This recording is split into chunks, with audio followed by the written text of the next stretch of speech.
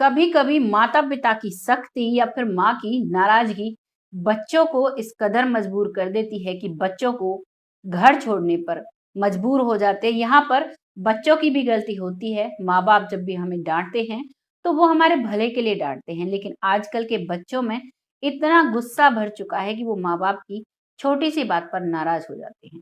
ऐसे ही एक परिवार के दो बच्चे नाराज होते हैं और वो बच्चे 20 साल तक अपने 17 साल तक अपने मम्मी-पापा से दूर रहते हैं। एक महिला जिसका नाम होता है नीतू, जिसका घर ऐसे बिखर जाता है जैसे ताश के पत्ते बिखर जाते हैं। नमस्कार, मैं महक चौधरी लेकर आई हूँ आपके सामने आगरा के एक गाँव की सच्ची घटना। यहाँ पर एक परिवार होता है और परिवार छोटा-सा परिवार, 2 बच्चे हैं, एक बेटी है जिसकी उम्र 6 साल है और एक बेटा जिसकी उम्र 3 साल है। बेटी का नाम राखी होता है, बेटे का नाम बबलू होता है। बहुत ही प्यार से वो माँ अपने बच्चों को पालती है, लेकिन उसके सर पर काम का प्रेशर होता है। मज़दूर महिला थी, सारा दिन जब काम करती तभी बच्चों के पेट में खाना आ पाता था। जब सारा दिन मेहनत कर कर वो आती और अपने बच्चों को खाना खिलाती, तो एक दिन जब वो अपने बच्चों को खाना खिला रही थी, तो बच्चे गुस्सा हो जाते हैं। वो जो बेटी है 6 साल की, तो वो माँ उसमें थप्पड़ लगा देती है। यानी बच्चों को जैसे माँ पीटती है वैसे पीट देती है और पीट कर उन्हें खाना खिलाकर, आलू बैंगन की सब्जी बनाकर, उनको अच्छे से खाना खिलाकर अपने काम पर चली जाती है। लेकिन यहाँ पर वो लड़की राखी अपने भाई बबलू को लेकर घर से निकल जाती है और घर से थोड़ी ही दूरी पर रेलवे स्टेशन था जिसमें एक अनजान ट्रेन में बैठ जाती है। जैसे ही वो उस ट्रेन में बैठती है, तो वो ट्रेन उसको ले जाकर सीधी मेरठ की अनाज मंडी उतार देती है और जब मेरठ की अनाज मंडी वो उतरती है, तो उसे चारों तरफ कुछ भी नहीं दिखाई देता है। जब चारों तरफ कुछ भी नहीं दिखाई देता है, तो परिवार वाले यहाँ पर बच्चे नहीं मिलते हैं, तो माँ और पिता, पिता का नाम संतोष होता है, वो भी सभी जगह अपने बच्चों को ढूँढते हैं, लेकिन कहीं भी उनके बच्चे नहीं मिलते हैं। उधर वो अकेली स्टेशन पर अपने भाई को लेकर खड़ी हुई है। 3 साल का बच्चा, आप समझ सकते हो कितना छोटा होता है, और 6 साल की बच्ची। अब परिवार वालों ने पुलिस स्टेशन में रिपोर्ट दर्ज कराई, लेकिन कोई भी फ़ायदा नहीं होता है। बच्चे जब भटकते रहते हैं, रात हो जाती है, तभी एक व्यक्ति के नज़र उन पर पड़ती है और वो उन पर तरस खाकर उन बच्चों को ले जाकर चाइल्ड सेंटर में छोड़ देता है। कुछ दिन जब वो चाइल्ड सेंटर में रहते हैं, तो वो बहन उसका ध्यान रखती है अपने भाई बबलू का और आराम से हँसी-खेल करते, जो भी वहाँ के रूल्स थे उन्हें फ़ॉलो करते और बहुत ही प्यार से वो रह रहे थे। लेकिन 2 साल बीत चुके थे। अब राखी 8 साल की हो चुकी थी और वो जो चाइल्ड सेंटर था, उसमें 8 साल से बड़े बच्चे को नहीं रख सकते थे। तभी जो राखी थी, उसे गाज़ियाबाद भेज दिया गया और गाज़ियाबाद जब उसे भेजा गया, तो बबलू अकेला रहता है और बबलू अपनी बहन के लिए बहुत रोता है, साथ ही साथ उसकी बहन राखी भी उसके लिए बहुत रोती है। लेकिन लोग हैं, दूसरे हैं, वो उनके रोने को क्या समझेंगे और रूल्स से कैसे उसे रख सकते थे। अब दोनों बहन-भाई अलग हो जाते हैं। अलग होने के बाद बबलू अपनी बहन को याद कर कर के रोता रहता, उधर वो अपने भाई को याद कर कर के रोते रहती, लेकिन रहना था। अब लड़की को हो गए, अब वो 20 साल की हो चुकी थी।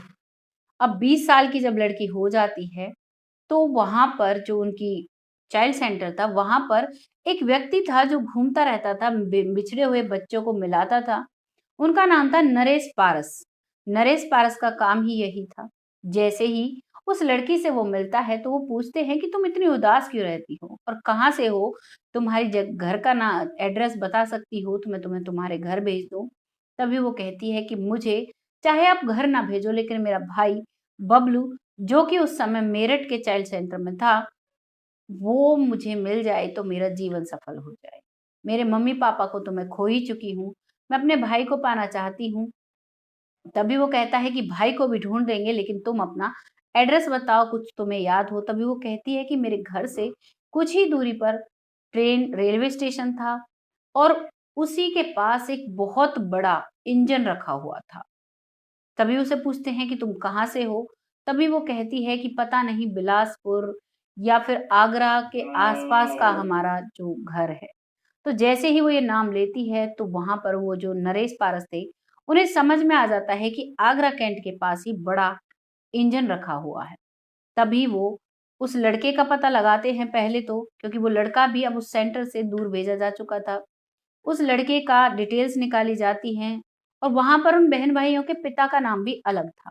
लेकिन जब रिकॉर्ड को खंगाला गया तो वहां पर एक छोटी सी पर्ची मिलती है जिसमें उनका एड्रेस, साथ ही साथ, क्योंकि वो सिर्फ एरिया का पता था, उन्हें ये नहीं पता था, क्योंकि जब उस लड़की ने बताया कि वो ट्रेन से आई है तो इस चीज को देखते हुए उसके आगरा के कैंट तक वो पहुंच गए थे।